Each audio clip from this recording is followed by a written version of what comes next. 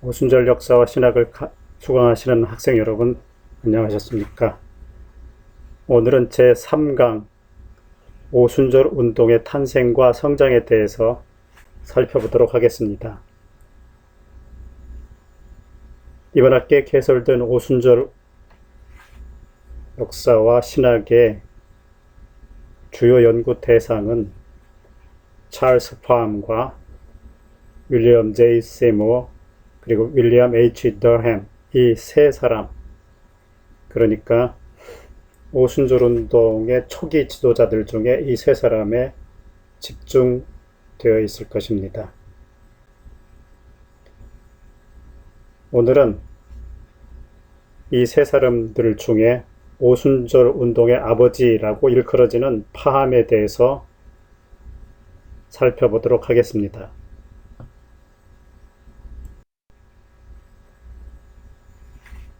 오순절 운동이 발발하고 그리고 성장하고 국제적으로 확대된 그 역사 속에서 중요한 장소들이 있습니다. 그 장소는 네 개라고 볼 수 있는데요.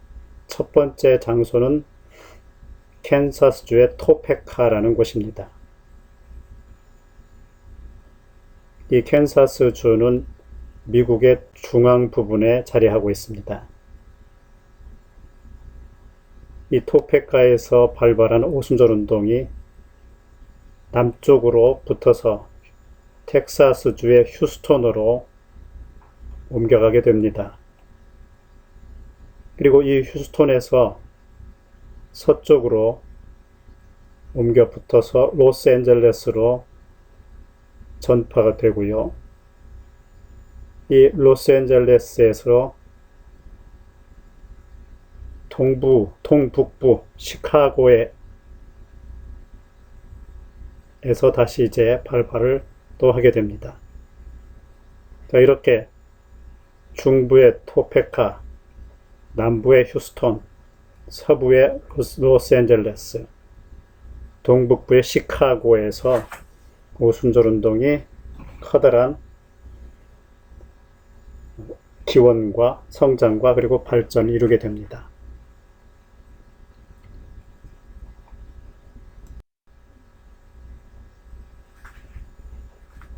자, 오순절 운동의 아버지는 찰스 파햄이라고 일컬어지고 있습니다. 이 찰스 파햄은 1873년에 태어나서 1929년에 소천하였습니다. 오른쪽에 있는 사진이 바로 찰스 F. 파햄의 사진입니다.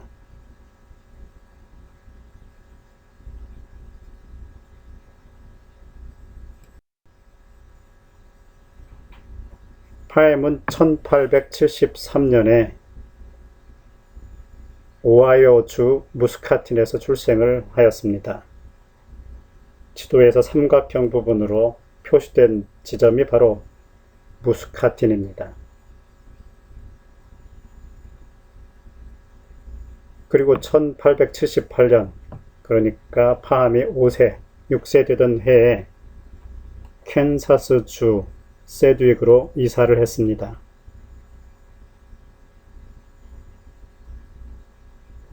무스카틴도 그렇고 캔사스주도 그렇고 중부 지역이면서 약간 동쪽으로 치우치면은 거의 평야지대, 농업지역이 되겠고요. 서쪽으로 약간 가면은 라키 마운틴이, 라키 산맥이 자리 잡고 있습니다. 그러니까 농업지역과 광업지역이 발달한 그런 지역에서 탄생하고 성장한 것입니다.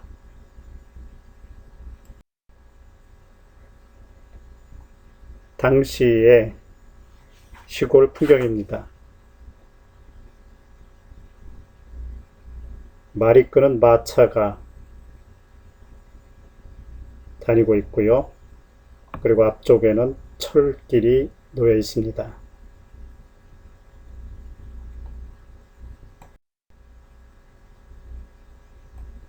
토페카 레일로드, 그러니까 토페카 기차역 사진입니다. 기차역이 놓여있지만, 기차길이 놓여있지만 주요 이 교통수단은 마차였던 시기였습니다.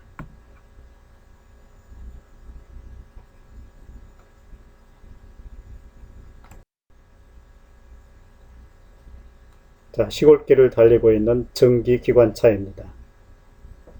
당시에 전신주도 보이고요. 전기가 공급이 됐고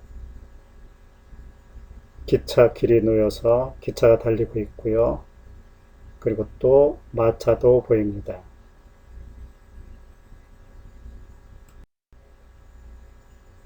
당시에 토페카 지역 그 부근의 농촌 풍경입니다. 가족 사진인 것 같죠? 두 아이와 그리고 부부, 이렇게 단란한 동부 가족의 사진입니다. 왼쪽에 있는 것은 아마 우물 같습니다. 그리고 집이 보이고요. 마차도 보입니다. 개인 승용차가 아니고 말이 끄는 마차가 주요 교통수단이었죠.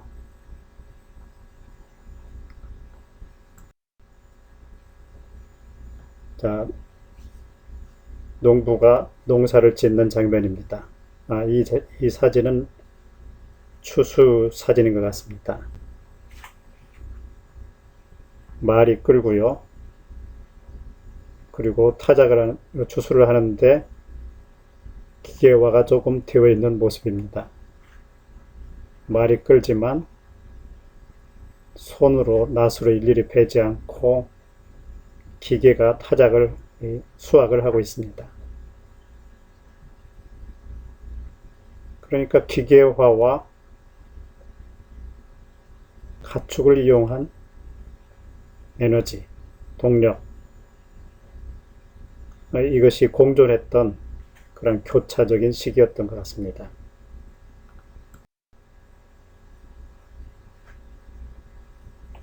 자, 당시 토페카 부분에서 농사를 짓고 있는 모습인데요. 이거는 목축업이죠. 들에서는 밀이라든지 그런 농작물을 기르고요. 그리고 집에서는 또 이렇게 가축을 기르고 있었습니다. 아이들도 조금 크면, 성장하면 부모들을 도와서 농사 일을 하고 있습니다.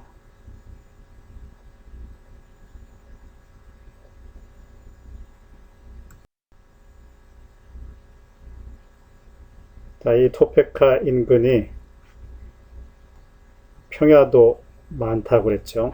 그래서 목축업이 발달을 했었습니다.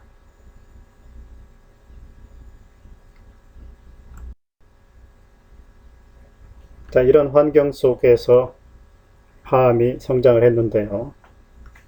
파암은 어린 시절에 성경을 애독했습니다. 그의 말을 인용을 해보자면요. 그의 집의 서재, 이 서재에 책들이 그렇게 많지는 않았는데 그 중에 이 세 가지의 책이 있었다. 중요한 책이 있었는데 하나는 인류의 문화사, 그리고 고대사로부터 1878년까지의 사실들을 기록한 만국 역사 한 권, 그러니까 역사 세계사 책이지요. 그리고 마지막으로 그러나 시시하지 않은 성경을 포함했습니다. 자기 집에 성경이 있었다는 거죠. 그의 부모들, 특히 아버지는 교회에 다니지 않는 그런 사람이었습니다. 그런데 자기 집에 성경이 있었다. 그래서 그 성경을 이 파암이 애독을 했습니다. 그 마지막 두 권은 지금까지 저에게 발전되어 온 사역을 위해 우리를 준비시키는데 가장 유익한 것이었습니다. 이 파암의 글들을 쭉 살펴보면 상당히 역사적입니다. 세계 역사를 이렇게 관통하는 그런 글을 쓰는데요. 그것이 바로 어렸을 때 세계사 책을 읽었던 영향이었던 것 같습니다. 그리고 또 하나는 성경. 성경은 거의 변치 않는 동반자였습니다. 그러니까 성경을 손에 들고 항상 읽었다는 거죠. 성경을 많이 읽은 사람입니다. 그러나 그 성경을 읽었던 당시에는 예수님을 믿지 않던 시기죠. 그럼에도 성경을 많이 읽었다는 것입니다.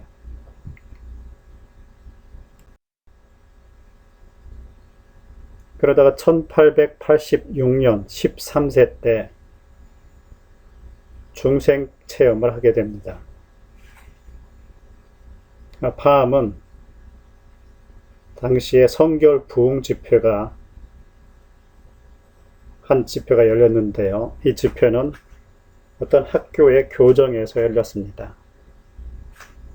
당시는 이 성결 운동은 초교파 운동이어서 장로교, 감리교, 침례교 이런 교단을 초월해서 성결 운동이 일어났었습니다. 그리고 이 성결 운동은 순회 집회를 많이 했습니다.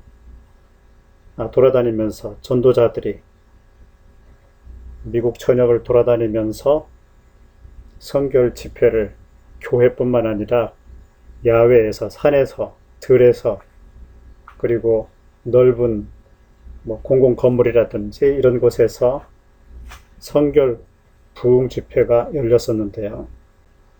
파암이 살고 있는 지역에도 성결 부흥 집회가 열렸습니다. 근데 리파드라고 하는 이 전도자가 와서 성결 집회를 열었습니다. 파암이 그 집회에 참석을 하게 됩니다.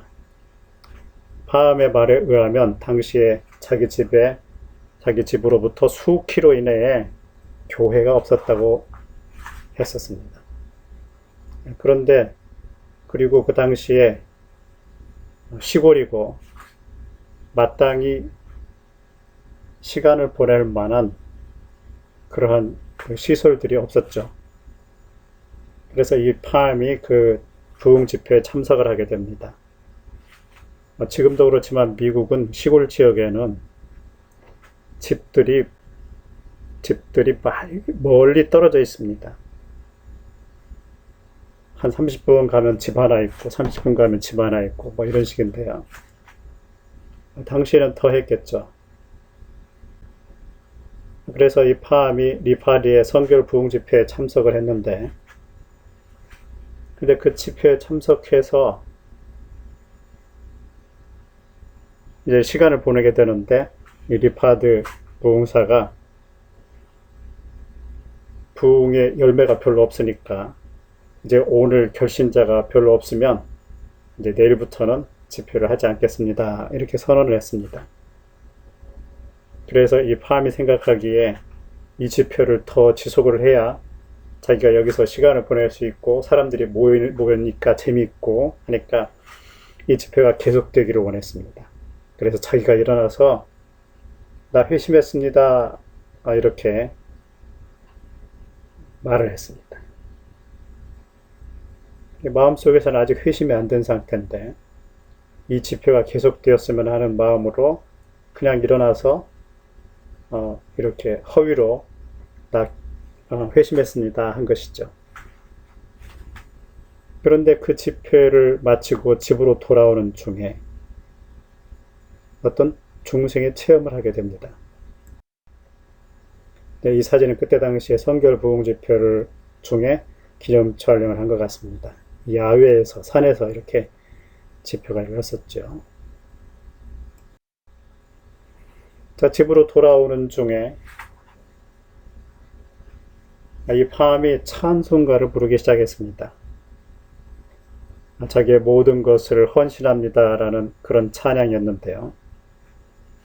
그런데 이 노래를 이렇게 찬양을 하면서 오다가 이 모든 것, holy, 이 모든 것을 당신께 바칩니다. 이런 찬양을 했는데 그런 가사를 반복하는 가운데 하늘에서 햇빛보다 더 밝은 한 줄기 빛이 파암을 비추었습니다. 파암에 의하면 그 빛은 번개처럼 저의 존재의 모든 세포들과 섬유소들을 관통하며 떨게 만들었습니다. 하나님의 은혜가 파암에게 임한 것입니다.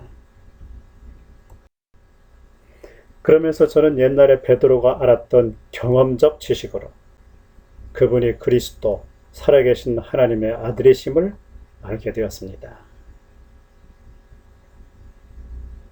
그러니까 이 파암이 어렸을 때부터 집에 성경이 있어서 그 성경을 집어들고 성경을 많이 읽었는데 그 머리에 지식적인 성경 지식이 이제 머리에 있던 거죠. 그런데 그 지식이 이제 경험적 지식이 되었다. 그래서 성경이 말하고 있는 예수 그리스도가 살아계신 하나님의 아들이신 것을 알게 되었다. 그러니까 믿게 되었다는 거죠. 경험적 지식으로 경험을 해버렸다는 거죠. 자, 이런 파암은 중생의 경험을 하게 됩니다. 머리로만 아는 것이 아니라 마음으로 경험하게 되죠. 자, 이것은 경험적 구원이라고 할 수 있죠. Experimental Salvation. 자, 이거는 또 루터나 칼빈, 그러니까 종교개혁의 전통을 그대로 이어받는 것이다 말할 수 있습니다. 이런 루터나 칼빈과 같은 내적인 구원 경험을 하게 되는 거죠. 오늘날로 하면 born again 크리스찬, 중생한 크리스찬이 된 것입니다. 그냥 명목상의 크리스찬, 어렸을 때부터 부모의 손에 이끌려서 교회에 나가서 교회 일원이 됐지만 그러나 진정한 중생을 경험하지 못한 사람, 그런 명목상의 그리스도인이 아니라 진정으로 내적인 구원을 경험한 사람이 됐다는 것입니다.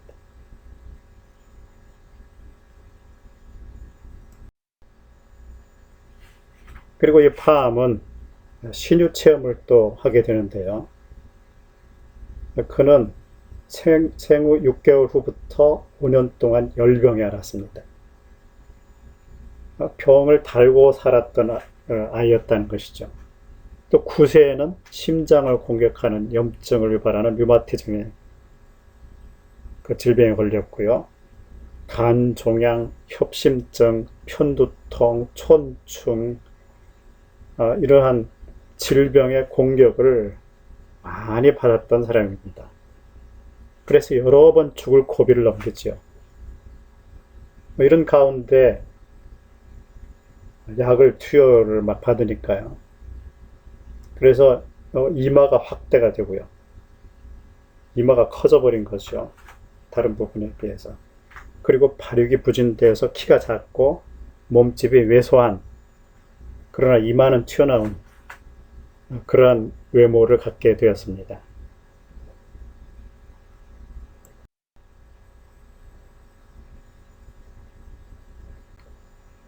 (1890년에) 이 파암은 사우스웨스트 캔사스 대학의 신학과에 입학을 하게 됩니다.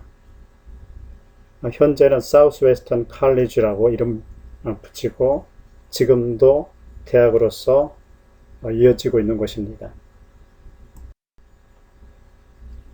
당시의 사우스 캔사스 칼리지의 모습입니다.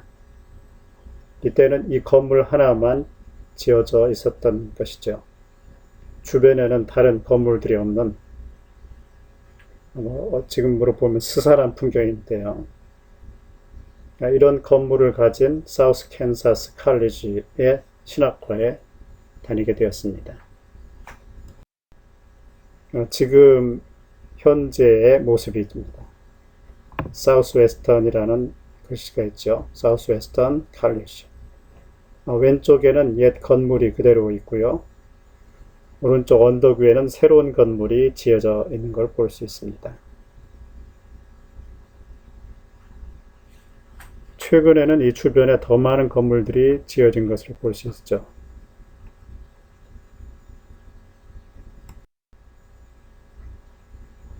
자, 그런데 이 사우스 웨스트 캔사스 칼리지에 이제 신학과에 입학을 했는데요.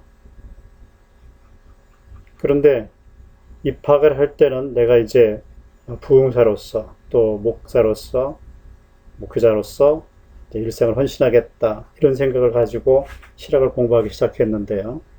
그런데 공부를 하면서 이 소명의식이 약화되게 됩니다.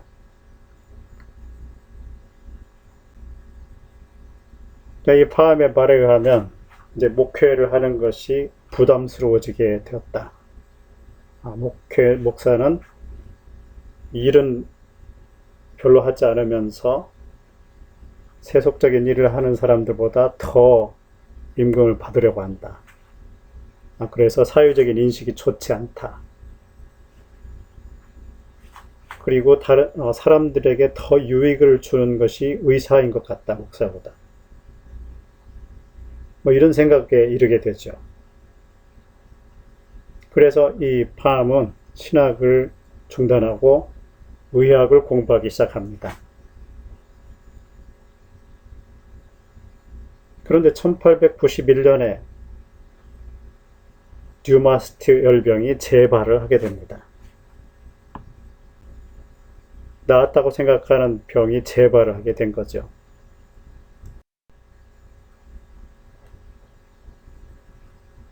자, 이렇게 되니까 이제 파함이 하나님 앞에 이제 하나님과 씨름을 하게 되죠. 자, 파함의 말에 의하면 마치 탕자처럼 회개했습니다. 그리고 용서의 키스를 받았습니다. 헌신했으며 하나님께 어떤 대가를 치르든지 아프리카든 길거리든 슬럼 가든 살든지 죽든지 그분을 섬기겠습니다. 이렇게 약속을 했다는 것입니다. 그러니까 파함이 목회를 포기하고 목사가 되는 걸 포기하고 의학 공부를 시작하자 하나님께서 치신 것이죠. 질병을 재발케 하니까 파함이 그 신호를 알아채고 하나님께 다시 회개하고 돌이키는 것이죠.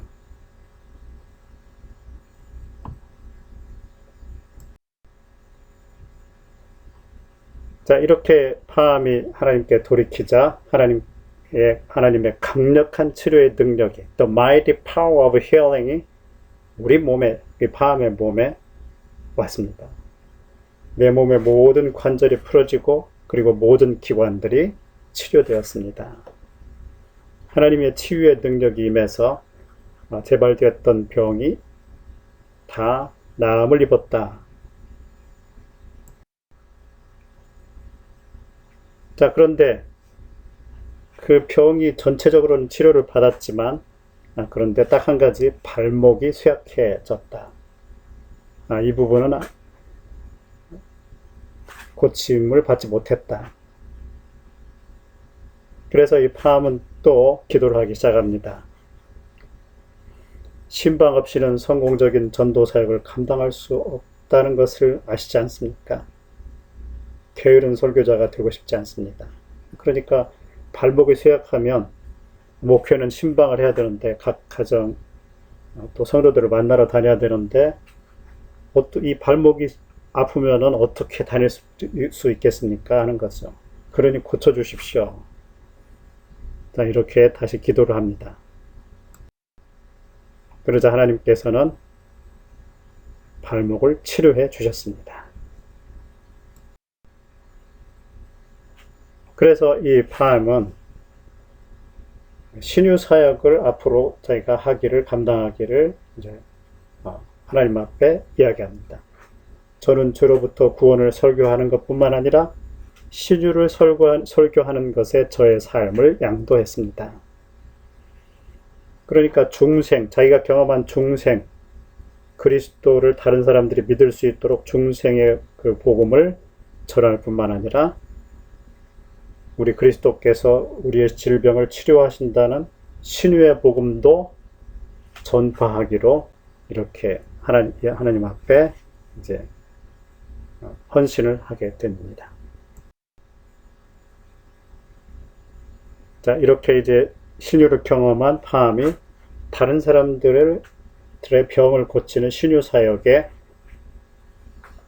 뛰어들게 되죠.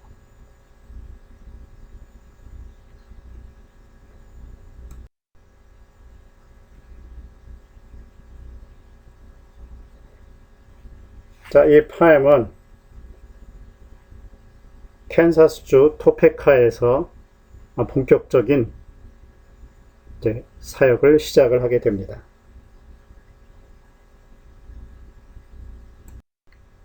당시에 토페카는 여기 그림에 보면은 A city of homes, schools and factories 이렇게 표현이 되어 있죠. 이 그림에 보면은 굴뚝들이 많이 있고요. 연기들이 막 올라옵니다. 이것은 바로 공장들이죠. factories. 그리고 이 토페카에는 또 학교들이 많이 있었다. 그러니까 사람들이 많이 몰려왔고, 그때 당시에 이 서쪽으로는 라키 산맥이 있으니까 광업이 발달하고요. 이 철이라든지 그 광물들을 사람들이 채취하려고 막 이렇게 몰려들었고, 그리고 농사를 지을 수 있고 목축을 할 수 있는 지역이기 때문에 농부들도 많이 또 왔고요. 광부들, 농부들이 생산한 것들을 이곳에서 이제 토페카에서 수집을 해서 여기서 다시 이렇게 생산하는, 사람들에게 유용한 것으로 다시 재생산하는 그런 기지가 바로 토페카였다는 것이죠. 이 토페카에서 가공된 이제 물품들이 기차를 통해서 동부로 또 다른 지역으로 이렇게 판매되는 그런 곳이었습니다. 중심지였죠. 1898년, 그러니까 팜이 25세 되던 해에 베델 힐링 홈을 만들게 됩니다. 세우게 되죠. 이 베델 힐링 홈, 이 힐링 홈은 독일에서 드루텔이라든지 또 블럼하르트 이런 분들에 의해서 신유의 집이 세워졌지 않습니까? 이것이 컬리스를 통해서 미국으로 이제 들어왔고, 미국의 이 힐링 홈, 치유의 집이 많이 이렇게 생기게 됐죠. 팜도 1898년에 베델 힐링 홈을 세우게 됩니다. 자, 이 베델 힐링 홈에서 병자들을 모으고, 그리고 이 병자들을 위해서 안식처를 제공하고 예배를 드리고 또 성경 말씀으로 신유에 대한 말씀을 전하고 또 기도해주고 이런 사역을 이 베델 힐링 홈에서 시작을 하게 됩니다. 그런데 이 베델 힐링 홈은 병자들뿐만 아니라 가난하고 소외된 자들을 위한 사역도 했습니다.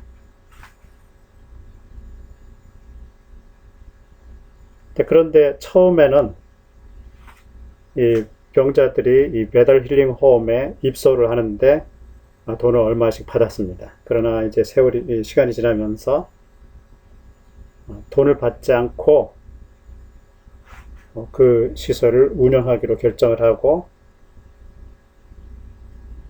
그리고 이제 운영을 하게 됐죠. 그래서 이 병자들뿐만 아니라 노숙자들, 이런 사람들에게도 그 먹거리들을 제공하는 그런 프로그램을 실시를 하게 됩니다.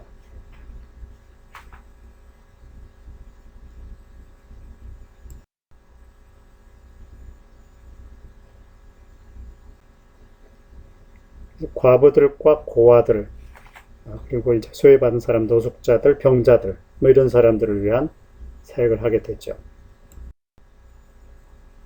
수년 동안 우리는 모든 것을 공유해 왔습니다. 우리는 어느 것이라도 우리의 옷들조차도 우리의 것으로 간주하지 않았습니다.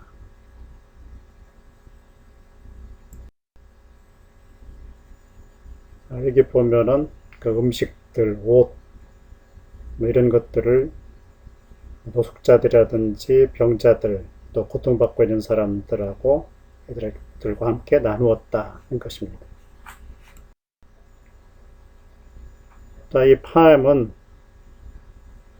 교회가 가난한 자들과 궁핍한 자들을 돌보아야 할 의무가 있다 이렇게 이제 생각을 했습니다. 그리고 그때 당시에 이제 이런 사회적인 문제를 놓고 자본주의와 사회주의 그런 생각을 가지고 있는 사람들이 이제 충돌을 하는 시기였습니다.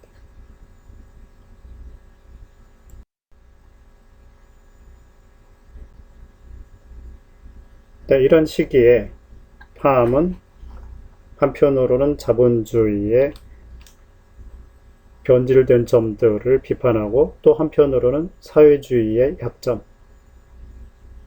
사회주의가 일면 승리하는 것 같겠지만 그러나 결국에는 그 사회주의에서 적그리스도가 나오게 될 거다. 뭐 이렇게 이제 예견을 하면서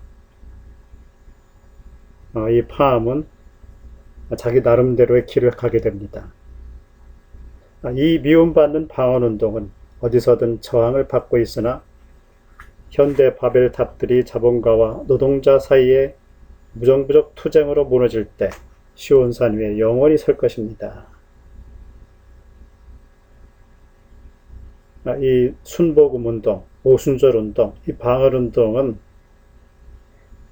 그럼에도 불구하고 이 와중에서도 사라지지 않고 지속될 것이다. 이렇게 이제 생각을 하게 된 것이죠.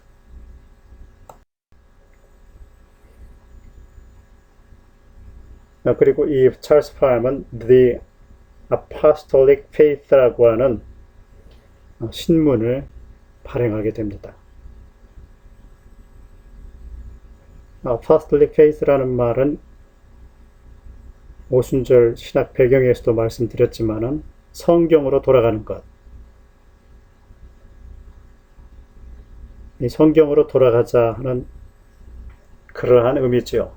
Apostolic, 성경적인, 사도적인 신앙을 회복하자. 이 사도적인 신앙이라는 것은 믿음에 의한 중생, 구원, 그리고 그리스도의 사역으로 인한 신유, 또 성령 침례,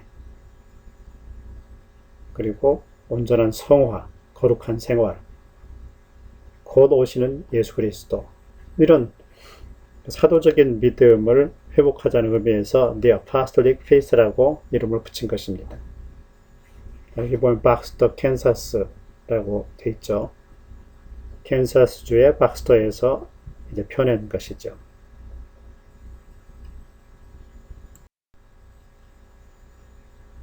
자, 이렇게 이제 베델 힐링 홈을 세우고 토페카에서 이제 신유 사역을 감당했던 이 파엠이 1900년에 베델 바이블 스쿨을 세우게 됩니다. 이 바이블 스쿨, 성경학교는 당시에 성경학교 운동이 벌어졌었는데요. 무디라든지 뭐 이런 분들이 유명한 분이죠. 그 다음에 ABJ 심슨이라든지 이런 분들이 성경학교를 세우기 시작합니다. 이 성경학교에서는 당시에도 신학대학들이 있었죠. 그런데 이 신학대학들이 독일에서 시작한 자유주의 신학, 칸트의 개봉주의적인 이성관에 입각한 고등비평, 역사비평, 문학비평 뭐 이런 것을 미국이 수입을 해서 당시에 미국 신학대학교들에서 가르쳤습니다. 자, 이렇게 성경에 대해서 고등비평을 하게 되면 계몽주의적인 칸트적인 이성에 의하면 성경에 기록되어 있는 초자연적인 것들은 다 신화가 되어버리죠. 그래서 이 신학대학들에서 공부했던 사람들이 신물을 느끼게 되는 사람도 많죠. 그래서 신학대학들을 세우지 않고 성경을 성경답게 성경을 그대로 읽을 수 있는 고동비평으로 성경을 읽지 않고 그저 이렇게 온전한 이성으로 성경을 보는 운동이죠. 성경을 가르치자. 신학을 가르치는 것이 아니라 계몽주의 신학에 의한 신학, 이걸 가르치지 않고 성경을 온전하게 사도적인 믿음을 회복하면서 가르치자 하는 이 성경학교 운동이 일어났었는데요. 그런데 파암이 1900년에 베델 바이블 스쿨을 세웁니다. 이 사진이 바로 그 베델 바이블 스쿨의 건물로 사용된 건물이죠.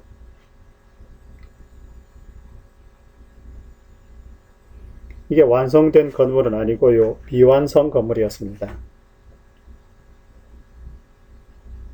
1층, 2층, 그리고 다락방, 그 다음에 탑, 왼쪽에 탑. 이 왼쪽에 있는 탑이 기도의 탑이 되었죠.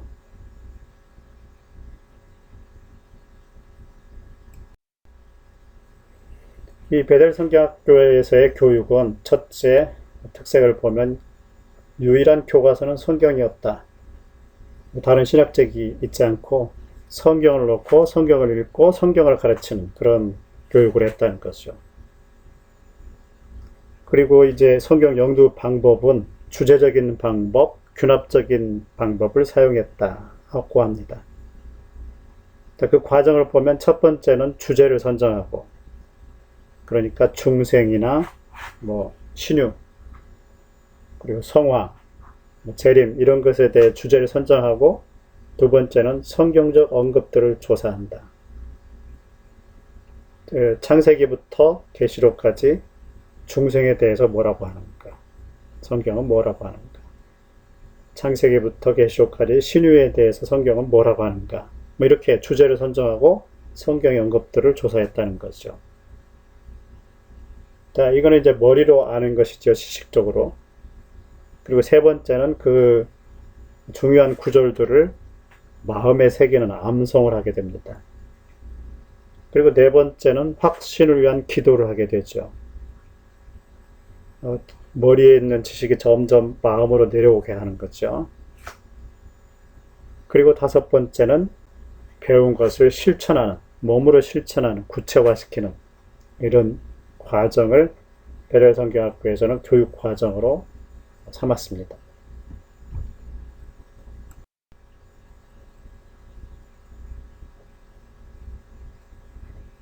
그리고 베델 성경학교의 훈련 과정을 보면 기도와 전도 이제 구성이 되어 있는데요.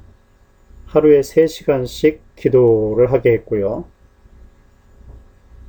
그리고 오전에는 성경 공부하고, 그리고 이제 오후에 기도한 다음에, 그리고 이제 오후 저녁 무렵에는 전도, 길거리 전도, 그리고 방문 전도를 나갔습니다.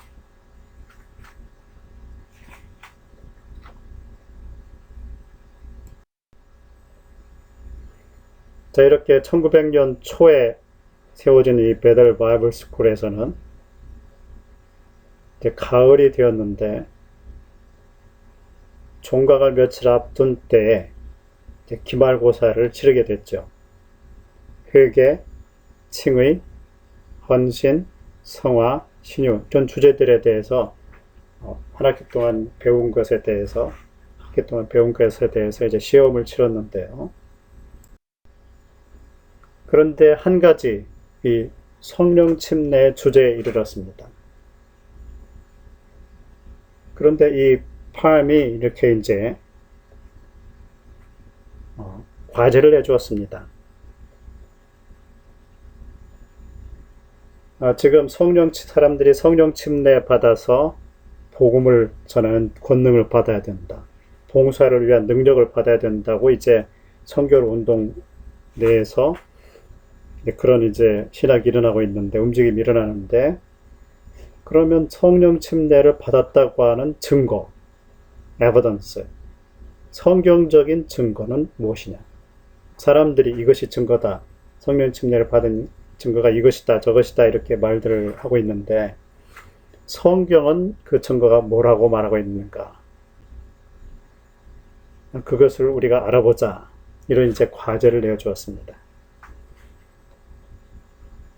그래서 진정한 성경적인 증거가 뭐냐, the real Bible evidence가 뭐냐는 것을 이제 학생들이 연구를 하게 됩니다.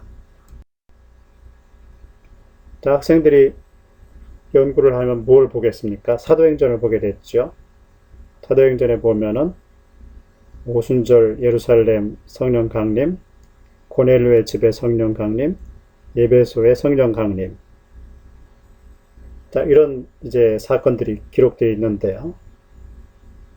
자, 이런 기록들에 보면은 성령이 강림할 때, 그러니까 성령 침례가 이루어질 때 방언 현상이 함께 나타나고 있죠. 베델 성경학교의 학생들도 바로 이 부분을 읽게 되고, 그리고 이 부분을 집중적으로 균합적으로 이렇게 연구를 한 거죠. 그래서 이제 며칠이 지난 후에 파암 교장 선생님이 아침 10시경에 나는 학교 종을 울려 학생들을 예배실로 오고 숙제의 답을 제출하게 했다. 놀랍게도 그들은 모두 같은 대답을 했다. 비록 오순절적 축복이 내렸을 때 여러 가지 것들이 다양하게 나타났지만 각 경우에 반박의 여지가 없는 증거는 다른 방언을 말하는 것이었다는 것이다. 성경에서 말하고 있는 성령 침례 증거는 방언이다. 이렇게 이제 연구 결과를 내놓은 것입니다.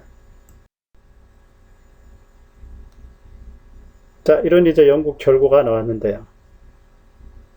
그러면 우리가 어떻게 해야 됩니까? 우리가 어떻게 해야 될까요? 이 성령 침례를 받으려면 어떻게 해야 되겠습니까? 그것은 기도합시다. 이렇게 된 거죠. 그래서 40여 명의 학생들을 포함한 약 75명이 1900년과 1901년이 교차되는 송구 영신 예배를 드리기 위해 모였습니다. 이때 이제 그런 모임 중에 어떤 강력한 영적인 힘이 학교 전체를 덮고 있는 것을 느끼게 됐죠. 오후 10시 30분쯤 되었는데 아그네스 오즈만이라고 하는 자매가 마음속에 파암 교장 선생님이 내 머리에 손을 얹고 안수 기도를 해주면 성령 침례를 받을 것 같다. 방언을 동반한 성령 침례를 받을 것 같다는 생각이 들었다는 것입니다. 그래서 안수를 해달라고 요청을 하게 됩니다. 그런데 이 파암이 비록 성경 연구를 통해서 학생들과 함께 성령 침례의 성경적인 증거는 방언입니다 라고 하는 명제, 신학 연구에 따른 성경 연구에 따른 신학적인 명제를 딱 도출해냈지만 그러나 자기가 그런 체험을 하지 못했죠. 그래서 나는 처음에는 나 자신이 그런 경험을 해보지 못했기 때문에 거절했다. 파암도 경험을 못했는데 안수를 해줄 수가 있겠습니까? 그래서 머뭇거렸죠. 그런데 아그네스 오즈만이 계속해서 요청을 하니까 할 수 없이 오즈만의 머리에 손을 얹고 기도를 해주기 시작하는데 30마디도 말하기 전에 영광이 그녀에게 떨어졌고 빛이 그녀의 머리와 얼굴 주위를 둘러싸는 듯 하면서 그녀의 입에서 방언이 터지기 시작했다. 워시 중국어란 이런 그 중국어 방언이 터졌다고 생각을 했습니다. 그런데 이 오즈만이 그 이후에 영어로 말을 이렇게 하려고 시도를 했지만 영어가 나오지 않고 계속해서 방언으로 3일 동안 방언이 막 나왔다. 이게 노년의 아그네스 오즈만입니다. 이분이요.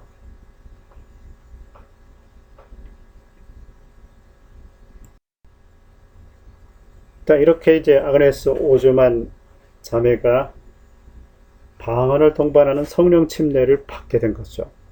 성경 연구를 통해서 성령 침례, 성경적 증거는 방언이다 하는 지식을 얻었는데 그런 경험이 없었죠. 그런데 오즈만 자매가 그것을 딱 경험하자 사람들이 나도 그걸 받고 싶다. 나도 성령 침례 받고 싶다 하는 마음이 생겼죠. 그래서 사람들이 금식하면서 기도를 하기 시작합니다. 1901년 1월 3일, 그러니까 3일 후죠. 우리는 한 다락방에 모여 있었다. 어떤 강력하고 놀라운 능력이 그 장소를 덮고 있었다. 그리고 12명의 학생들은 성령으로 충만해져 성령이 말하게 하심을 따라 다른 방언으로 말하기 시작했다. 그러니까 한 명이 12명이 됐다는 거죠. 갑자기 그들은 예수 내 영혼의 사랑이라는 찬양을 부르기 시작했는데 방언으로 찬양을 드렸다. 사부로 불러졌다. 천상적인 소리와 같았다. 이렇게 이제 학생들이 12명이 방언이 터진 거죠. 성령 침례를 받게 된 거죠. 그리고 방언으로 막 찬양이 시작이 되었습니다. 그런데 그때까지도 여전히 파암 자신은, 교장 선생님은 성령 침례, 방언을 동반하는 성령 침례를 받지 못했다. 얼마나 겸연쩍습니까? 학생들은 성령 침례 동반한 그 방언을 동반하는 성령 침례를 받아서 막 기뻐가지고 방언을 찬양하라는데 파암은 아직도 그 경험을 하지 못한 겁니다. 교장 선생님. 그래서 그렇게 이제 파암이 기도를 합니다. 주님, 저에게 이 목을 주신다면 이 진리편에 서겠습니다. 이때 파암에게 영광이 임했고 그의 목이 뒤틀리더니 파암이 생각하기에 스웨덴어로 하나님을 경배하기 시작했고 그리고 이후에 다른 언어들로 계속 변하더라. 그리고 아침까지 방언으로 기도했다. 오순절적인 경험을 하게 된 거죠. 파암도 드디어 성경 연구를 통해 성령 침례의 성경적인 증거는 방언을 말하는 것이라고 하는 지식을 얻었지만 그 경험이 없다가 3일 후, 3일 후에 학생들도 경험한 후에 교장 선생님이 이 경험을 하게 된 것입니다.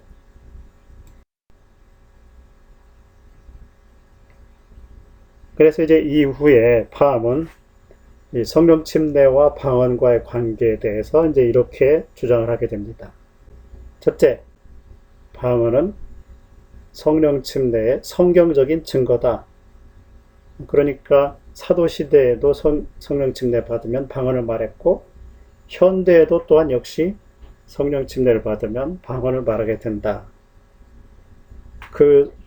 그것은 방언 경험을 통해서 증거된다는 거죠. 그리고 두 번째는 유일한 증거다. The evidence. 물론 이제 이 유일한 증거라는 말은 제일 먼저 발생하는 증거다 이런 의미도 됩니다. 그리고 그 다음에 다른 은사들도 나타난다는 거죠. 세 번째, 동반되는 증거다. Accompanied evidence. 성령 침례가 임하면 떼어놓을 수 없이 함께 동시에 발생하게 되는 것, 동반되는 증거다 이거죠.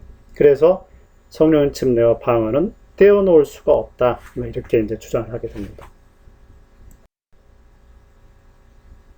그러니까 이 성령 침례적 방언에 대해서 파암은 이때 받는 방언은 배우지 않은 이 세상 언어다. 오늘날로 말하면 제노롤리아라고, 제노롤라리아 또는 제노롤리아라고 말할 수가 있습니다. 이 사도행전적인 방언을 말하죠. 이것은 선교적 방언, 미셔너리 텅이라고도 합니다. 그래서 이 사도행전적 방언, 성령 침례에 동반되는 방언을 말하는 것은 이 오순절은 증거를 위한 능력으로서 주어집니다. 하나님의 높으신 일, 하나님의 그 크신 일, 예수 그리스도의 죽음과 부활, 이런 것을 증거하기 위한 능력으로서 주어진다. 선교적 방안을 위해서 주어진다는 거죠.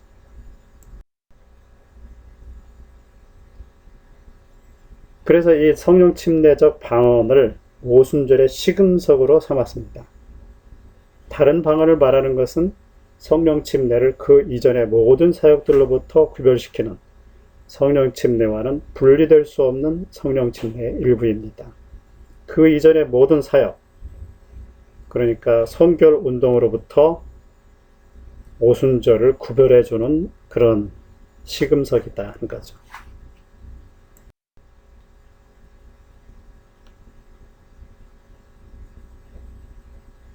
자, 파암의 오순절 운동의 특징을 한번 살펴보겠습니다. 첫째는 성경에 대한 파암의 생각입니다.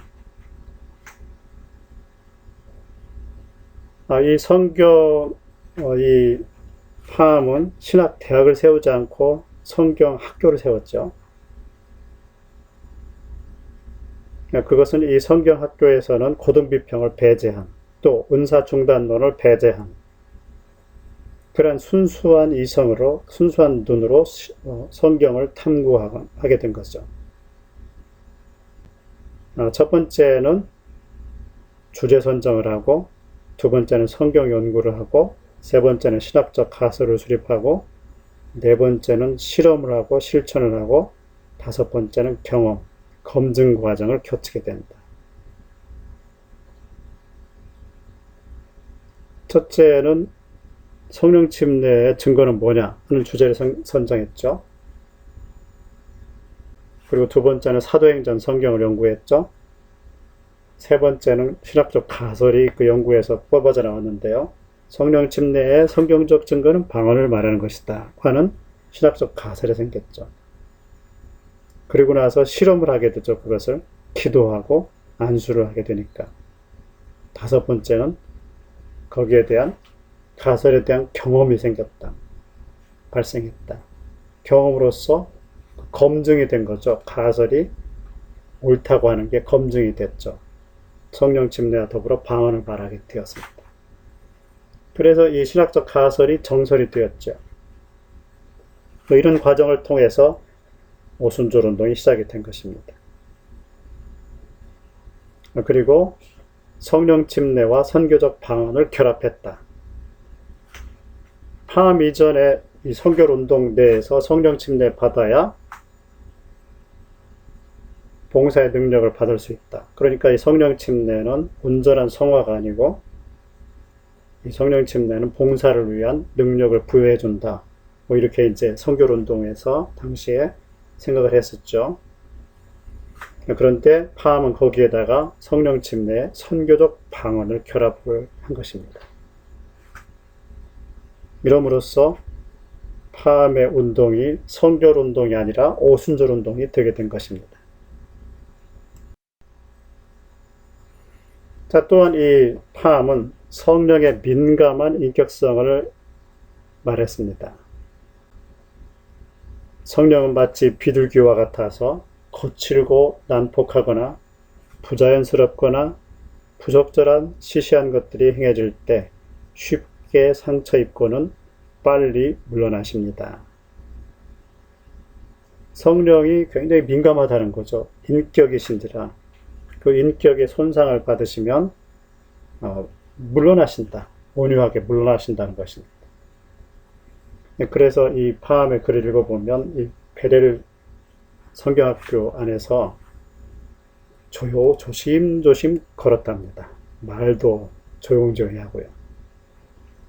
임하신 성령께서 떠나가실까봐 사람들이 말 조심하고 행동 조심하고 이랬다는 거죠.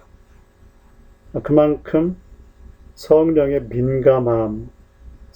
민감함에 대해서 민감했던 그런 것을 우리가 볼 수 있죠.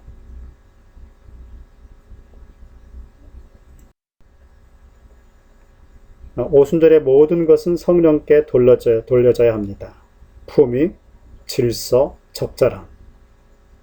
이것이 성령의 모든 역사의 특징입니다. 품위와 질서와 적절함. 이것이 파암의 오순절 운동의 특징이었다고도 볼 수 있습니다. 질서 정연하고 과하지 않고 적절하고 품위가 있는 이런 이것이 바로 파암의 오순절 운동의 특징이라고 볼 수 있습니다. 나중에 이제 시무의 그 오순절 운동을 보겠지만은 대조적이죠.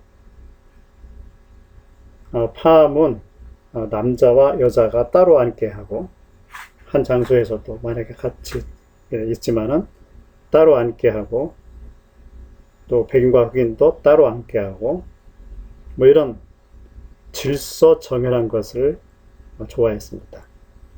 그리고 방언을 말하면 반드시 통역이 있게 이렇게 적절하게 품위 있게 과하지 않게 이렇게 하는 것이 파암의 특징이라고 볼 수 있습니다. 그리고 성령을 통한 성부 하나님과의 직접적인 교통을 이야기했죠. 성령의 기름 부으심은 영적인 사람을 하나님의 마음과의 직접적인 교통 안으로 들어가게 합니다. 이 파암은 성령 침례를 받기 전에 성령의 내적인 기름 부으심의 단계에 대해서 이야기를 했는데요. 이때 성령의 기름 부으심이 임하면 하나님과의 직접적인 교통을 하게 된다. 이렇게 이제 생각을 했습니다.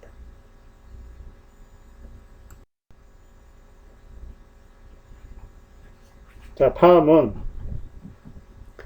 당시의 성결 운동가들, 그 이전에 보면 웨슬리, 이 웨슬리는 침례 방식에 대해서, 세례 방식에 대해서 침수례, 불에 잠기는 세례 침례뿐만 아니라 물을 뿌리는 세례, 살수례도 인정을 했죠. 살수례, 그 다음에 물을 붓는 관수례, 이런 것들을 다 인정을 했습니다. 그리고 성결운동도 마찬가지지요. 그런데 이 파암, 성결운동을 비록 했지만 이 파암은 물을 뿌리는 살수나 그 물을 붓는 관수 이런 것들을 하지 않고 물 속에 잠기는 침례를 실시했습니다. 그의 고백에 의하면 목회 초기에는 물침례를 간과를 했지만 성령님께서 파암에게 질문을 하셨다고 하죠. 너는 말씀 속에 있는 것이라고 믿는 모든 것에 순종했느냐? 이 질문을 받고 파암은 자기를 돌아보고 성경을 읽고서 침례 주는 것을 이렇게 보게 되죠. 그래서 이 성경 연구를 하고서 침례를 줘야 되겠구나. 이렇게 이제 생각을 하게 됩니다.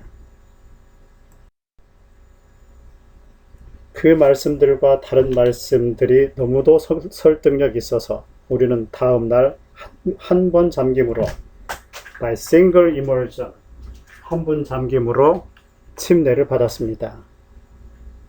이 single immersion 이라고 하는 것, 한 번 잠긴다는 말은 당시에 성부 이름으로, 성자 이름으로, 성령 이름으로 각각 한 번씩 3번 잠기는 침례가 있었다는 거죠. 근데 이 파암은 한 번 잠김이 족하다. by single immersion이 족하다.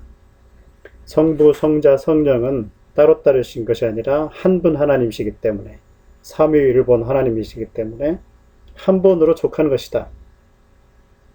그래서 한 번 잠김으로 침례를 받게 됩니다. 이것이 파암의 집회에 참석한 사람들이 침례 받기 위해서 줄을 서 있고요. 침례를 행하고 있는 장면입니다.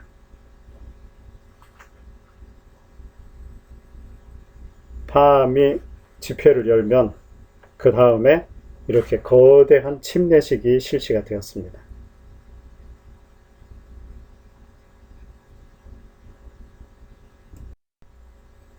예수와 함께 죽고 예수와 함께 살아났음을 고백하는 침례식이죠.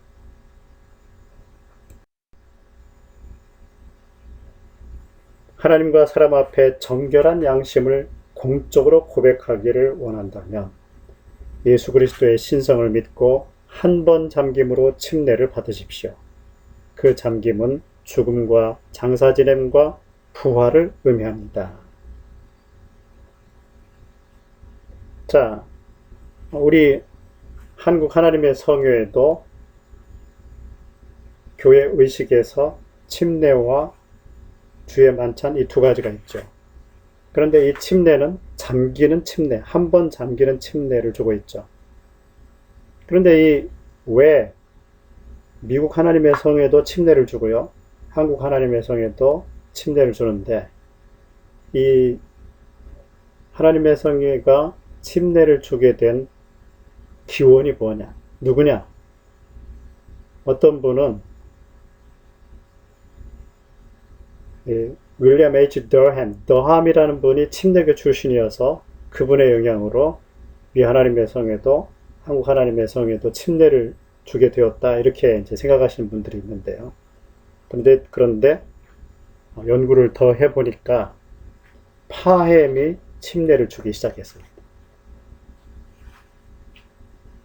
그래서 이 미 하나님의 성에도 한국 하나님의 성에도 침례를 주게 된 것입니다. 그리고 이제 주의 만찬을 또 행했는데요. 그리스도의 완전한 몸은 우리의 불완전한 몸들을 위해 찢기어 우리에게 온전한 건강을 가져다 주었습니다. 그리스도는 완전한 몸을 가지시고 오셨는데, 우리는 불완전한 몸을 가지고 있고, 그런데 그 완전한 몸이 자기를 찢어서 불완전한 몸을 위해서 내어주셨다고 하는 거죠. 포도주는 구원을 위한 그분의 피를 상징하며 떡은 치유를 위한 그분의 몸을 상징합니다. 그러니까 이 파함은 주의 만찬에서 상징서를 택하게 된 거죠. 종교개혁 당시에 루터는 공제서를 주장했고, 칼빈은 영적 임재서를 주장했는데, 쯔빙글리는 상징서를 주장했죠. 자, 이 파함은 이 쯔빙글리의 상징서를 인정하게 된 거죠.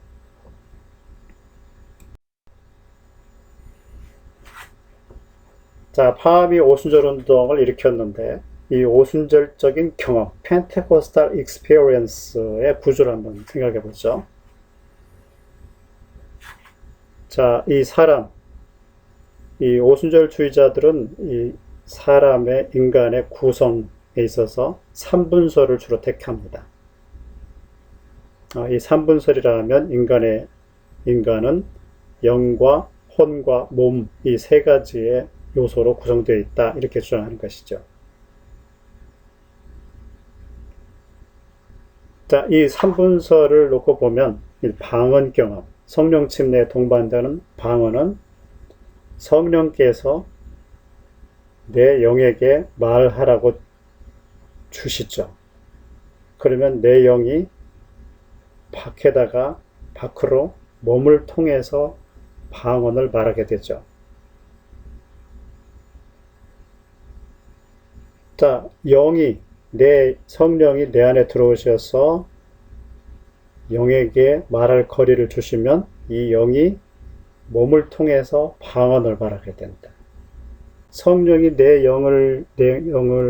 영에 거하시는 성령께서 내 몸을 통해서 방언을 통해 말씀하신다. 그러니까 인간의 몸이 사용되는 거죠. 이때 인간의 내 혼은 통역 연사를 받지 못하면 그냥 듣고 있죠.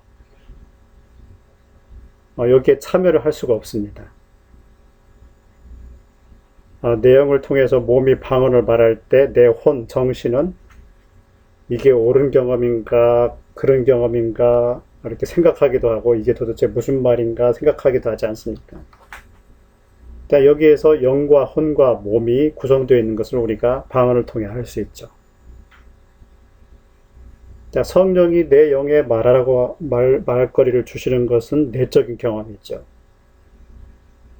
자, 이 영이 몸을 통해서, 음성기관을 통해서 말하게 되면 이게 이제 외적 경험이 되죠. 내 귀가 듣고 있으니까 듣게 되죠. 내 음성기관이 말하고 내 귀가 듣고. 자, 이런 내적 경험과 외적 경험을 함께 하는 경험이죠.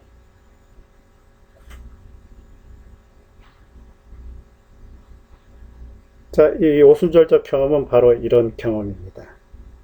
내적인 경험뿐만 아니라 외적인 경험도 함께 하는 것.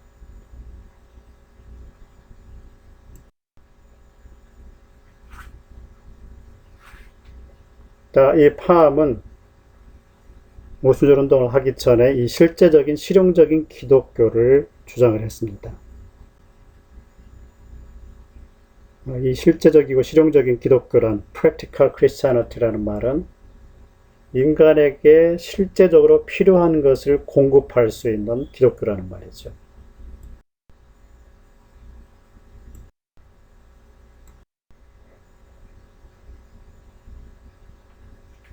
이 파암은 사회주의 운동이 인간의 실제적인 것을 얻기 위해서 일어난 운동이지만, 그렇지만 실제적인 회심과 영적 중생에 근거하지 않는다면 그 어떤 인간의 개선을 위한 개혁도 지속적인 유익이 되지 못할 것입니다.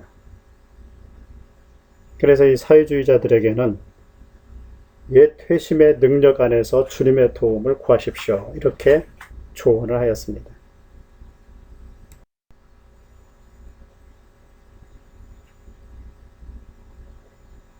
그리고 이제 보수적인 사람들에게는 패션쇼를 그만두고 옛 종교의 능력과 은혜로 내려오십시오.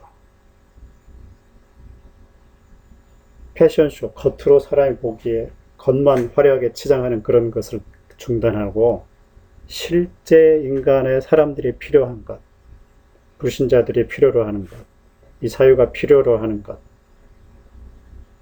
이런 것을 줄 수 있는 그런 교회가 되자, 이렇게 이제 주문을 하게 됩니다.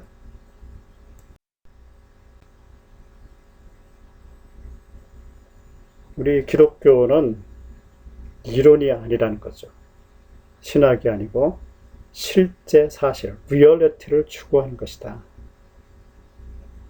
예수께서는 실제적으로 생명과 자유와 해방과 구원을, 그리고 병의 치유를 우리에게 주신 분이라는 거죠. 실제적으로.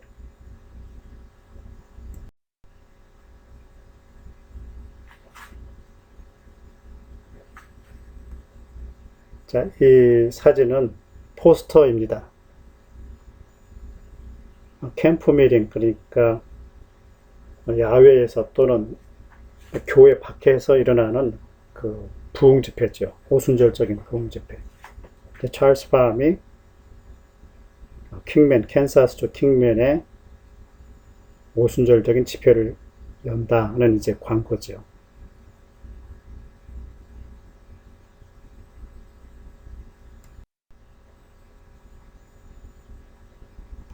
이 팜이 여러 군데 옮겨 다니면서 이제 사역을 했는데요. 조플린에 이제 세웠던 이제 사무실이죠.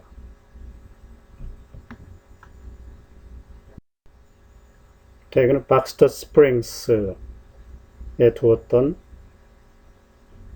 그 사무실입니다.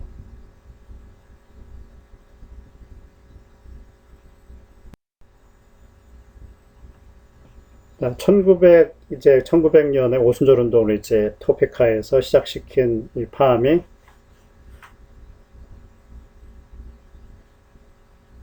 이제 1905년에 남부 휴스턴으로 가게 됩니다. 왜냐하면 이 토페카의 베델 성경학교가 불에 타게 되죠. 그 이전에 오순절 운동을 일으켰지만 일으키고 나서 그렇게 이제 사역이 지속되지를 못하고 이 성경학교가 문을 닫게 됩니다. 그리고 다른 사람에게 이 학교가 이제 팔리죠. 건물이요. 근데 얼마 있지 않아서 불에 타버렸습니다. 이 기간 동안에 1901년, 1902년 이 기간 동안에 이 팜은 혼자가 되었습니다. 학생들은 다 흩어지고, 그리고 자기의 사역을 접고 이제 혼자가 되었는데요. 이때 광야에서 외치는 소리라고 하는 책을 발간하게 됩니다.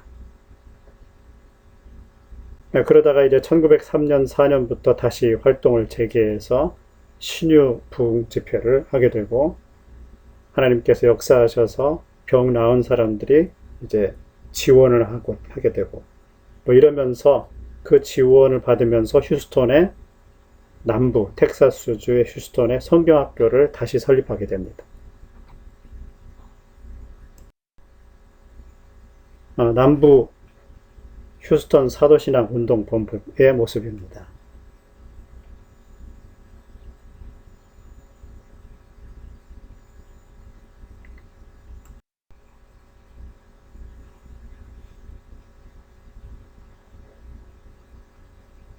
휴스턴의 어떤 건물 안에서 집회를 한 후에 기념 사진을 찍었고요.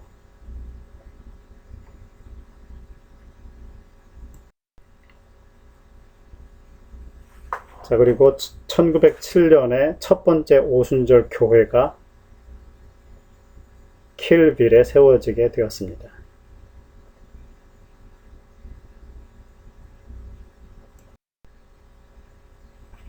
1910년에 사도신앙 운동 그룹이 기념 촬영을 했습니다. 오른쪽에서 세 번째 분이 찰스 팜이다, 이렇게 명시가 되어 있죠.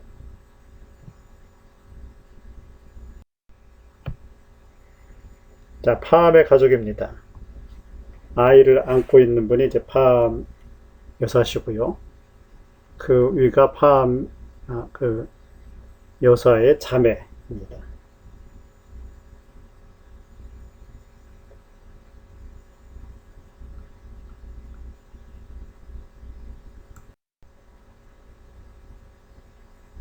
팜은 1929년 1월 29일에 소천을 하게 됩니다. 팜은 28년, 27년 동안에 팔레스타인으로 가서 이스라엘이 이제 새로 세워졌지 않습니까? 당시에 그 팔레스타인 지역에 가서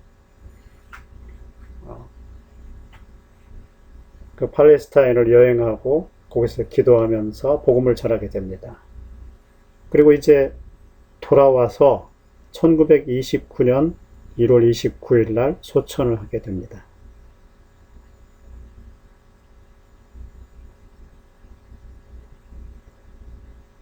올해가 2020년이니까 찰스 팜이 세상을 떠난 지 100년도 되지 않았죠.